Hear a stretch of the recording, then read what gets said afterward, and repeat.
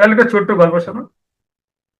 কারণ এখন এখন বই লিখছি তো অনেক গল্প উদাহরণ দিয়ে দিয়ে লিখতে হচ্ছে আর কি, তো এই কারণে গল্পটা আমার কাছে এলো, মানে, প্রয়োজন পড়লো। তো এর একটা গল্প শোনো, কিন্তু খুব মন দিয়ে শুনবে, গল্পটার মধ্যে কিন্তু অনেক কিছু বুঝতে পারবে। একটি অন্ধ ছেলে রোজ ভগবান শ্রীকৃষ্ণের মন্দিরে যান, অনেকগুলো সিঁড়ি ভেঙে।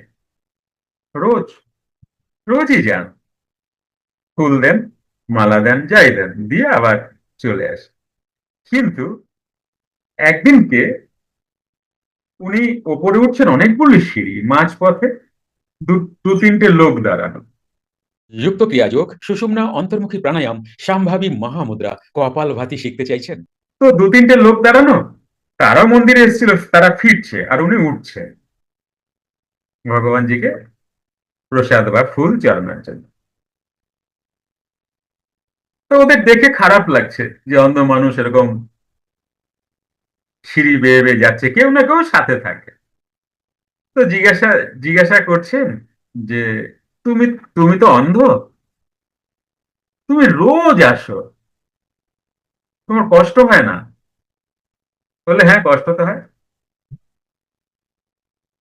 তুমি দেখো না, আমার কষ্ট হয়, ঠিকই এতটা সিঁড়ি উঠতে আমার কষ্ট হয়, কিন্তু আমি বাড়ি থেকে এই অব্দি আসি, কেউ না কেউ আমাকে নিয়েই তো আসে।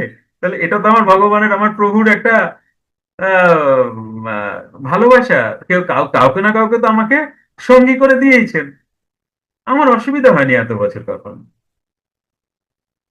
তো ওদের সাথে কথা বলে উপরে উঠছে।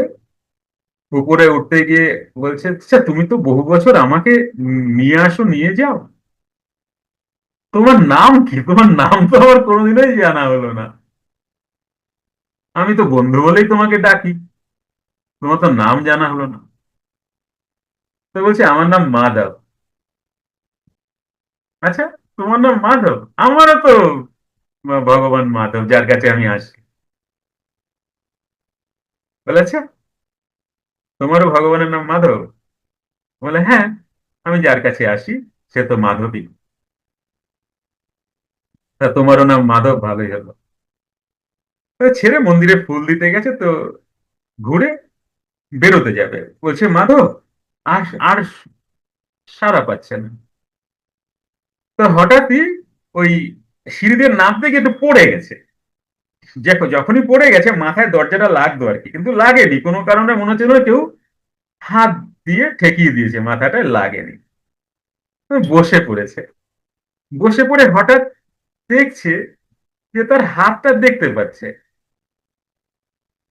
বাইরেটা যেন আবছা আবছা দেখতে পাচ্ছে। ধীরে ধীরে ধীরে ধীরে তার দৃষ্টিটা ফিরে এলো, এবং পরবর্তীকালে সে দেখতে পেল। এইবার এত বছর যাতায়াত করছেন, ওই লোকটা দৌড়ে এসছে পড়ে গেছে বলে, বলে, না না, আমি ঠিক আছি, অসুবিধা নেই। বলে, এই নিন লাঠি আপনার। বলছে, লাঠির প্রয়োজন নেই, আমি এখন দেখতে পারি। বলে, কি বলছেন? বলে, হ্যাঁ। বলে, তাহলে আপনি এত কষ্ট করলেন, তাই ভগবান আপনাকে চক্ষু ফিরিয়ে দিলেন।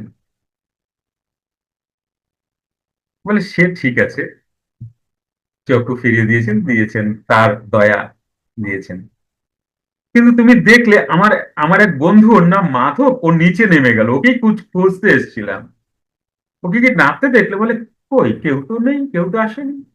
বলে, আমি যে উঠলাম, আমার সাথে কোনো লোক দেখেছিলে? বলে, না তো। এই যে আমি এত বছর আসি আমার এক বন্ধুর সাথে, তোমরা কেউ দেখোনি? বলে, না তো, তুমি তো একাই আসো। কি বুঝলা? কিছু বুঝলা? এখান থেকে কিছু খুঁজে পেলাম? কেউ বলবা কি খুঁজে পেলাম? বলো গৌরী, সময় আসছি। বিশ্বাস, বিশ্বাস আর ভক্তি।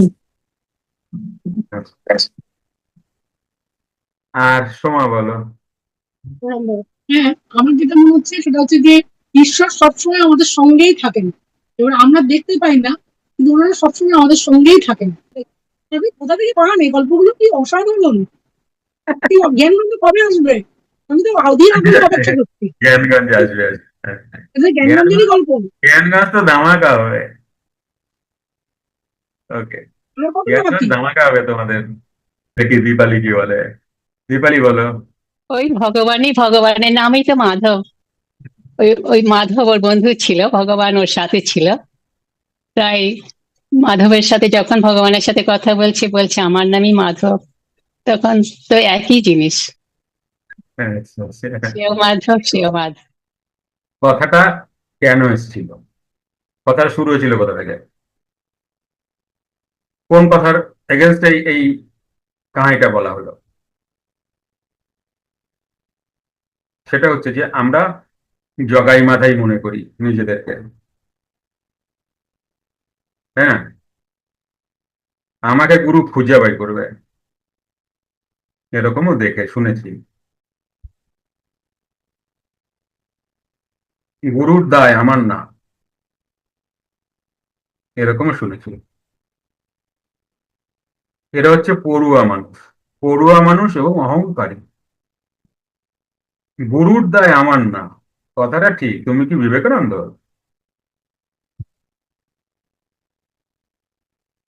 বলো না। নাকি তুমি লোকনাথ বাবা? গুরুর দায় নাকি তুমি লোকনাথ বাবা? লোকনাথ বাবার বইতে পড়েছিলাম আমি, আসল কিংবা নকল জানি না। ভগবান গাঙ্গুলি বলেছিলেন যে লোকনাথ, আমার তো এবার হলো না, তোকেই পাহারা দিতে দিতে, তো পরের বার আমাকে তুই যেন একটু। এটা পড়েছিলাম লোকনাথ বাবার অনেক পুরোনো বইতে পড়েছিলাম, জানি না কথাটা কতটা সত্য কতটা মিথ্যে, কারণ রাইটারের উপর নির্ভর করছে তো। কেমন? লোকনাথ বাবার উপর নির্ভর করে না কিন্তু। প্রচুর গ্রন্থ আছে যা ক্যারেক্টারের উপর নির্ভর করে না, রাইটারের উপর নির্ভর করে। যুক্ত ক্রিয়াযোগ, সুষুম্না অন্তর্মুখী প্রাণায়াম, সাম্ভাবী মহামুদ্রা, কপালভাতি শিখতে চাইছেন? প্রতি সপ্তাহে মঙ্গল, বুধ ও বৃহস্পতিবার রাত 8টা থেকে 9টা অবধি জুম অনলাইনে নিজের বাড়ি বসেই শিখতে পারবেন। যোগাযোগ জ্ঞানী গুরু কমিউনিটি, ফোন নাম্বার 9903680146।